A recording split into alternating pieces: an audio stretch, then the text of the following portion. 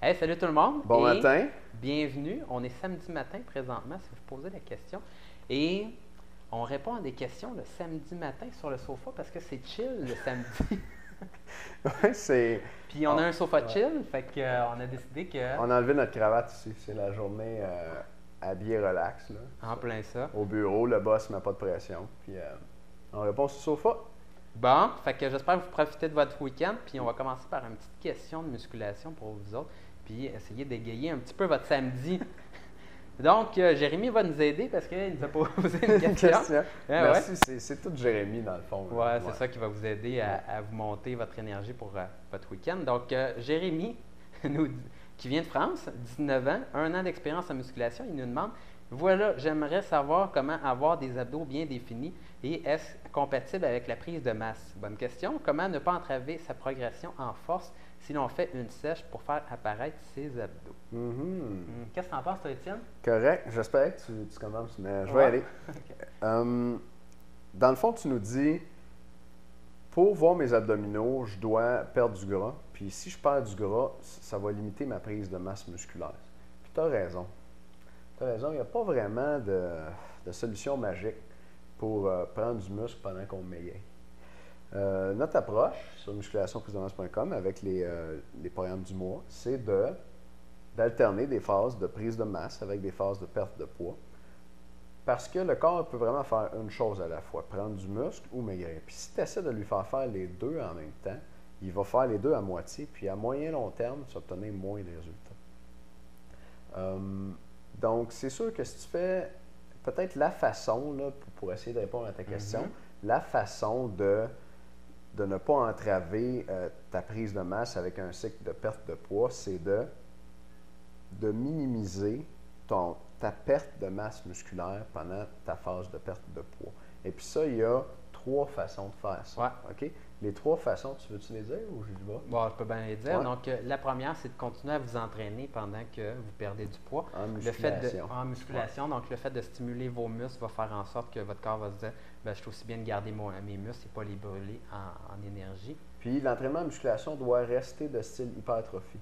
Traditionnellement, en culturisme, on se met à faire des séries de 12, 15, des fois même jusqu'à 20 répétitions en phase de perte de poids, parce que c'est l'entraînement qui faisait coter ça, mais ce qu'on veut, c'est continuer d'envoyer un stimulus d'hypertrophie de prise de masse au corps au moment où il est en bilan énergétique négatif, il perd, il doit défaire des choses, mais si on lui dit tu as besoin de tes muscles, il ne va pas défaire les muscles, il va plus défaire des gras. Donc, bref, l'entraînement, là, 30 répétitions là, pour se dire ça va me faire coter, là, ça vaut vraiment pas la peine, c'est pas une bonne idée.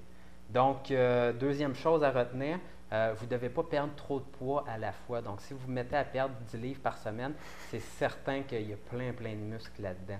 Ouais. Donc, il faut vraiment là, essayer 1 à 2 livres par semaine. Si vous êtes à 1 livre par semaine, vraiment vous maximisez le fait que vous gardez votre masse musculaire. Donc, ça, c'est parfait. Et la troisième chose, c'est d'avoir assez de protéines dans votre alimentation. Donc, idéalement, c'est quoi le chiffre, Étienne? Ça a changé là, récemment, puis je commence à en parler à gauche, à droite sur le blog. J'ai envoyé un message aux membres pour la première fois là-dessus il y a à peu près 2 mois. Il y a une étude qui est sortie en 2010 où c'est la première étude où on voit ça, un apport aussi élevé. C'est 2,3 grammes de protéines par kilogramme de poids. Ça fait 1,05 grammes par livre. OK? Donc, la façon vraiment simple de le calculer, c'est si vous pesez 160 livres, vous faites 160 plus 10. Okay, votre poids plus 10, puis vous allez aller chercher le 1,05.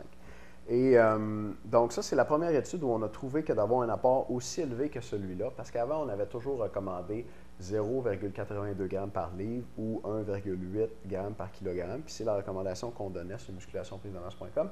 Bien, ça, c'est donc la première étude où on a vu qu'un apport plus élevé que ça, 2,3 ou votre poids plus 10 en livre, permettait de mieux maintenir la masse musculaire pendant une phase de perte de poids chez des athlètes.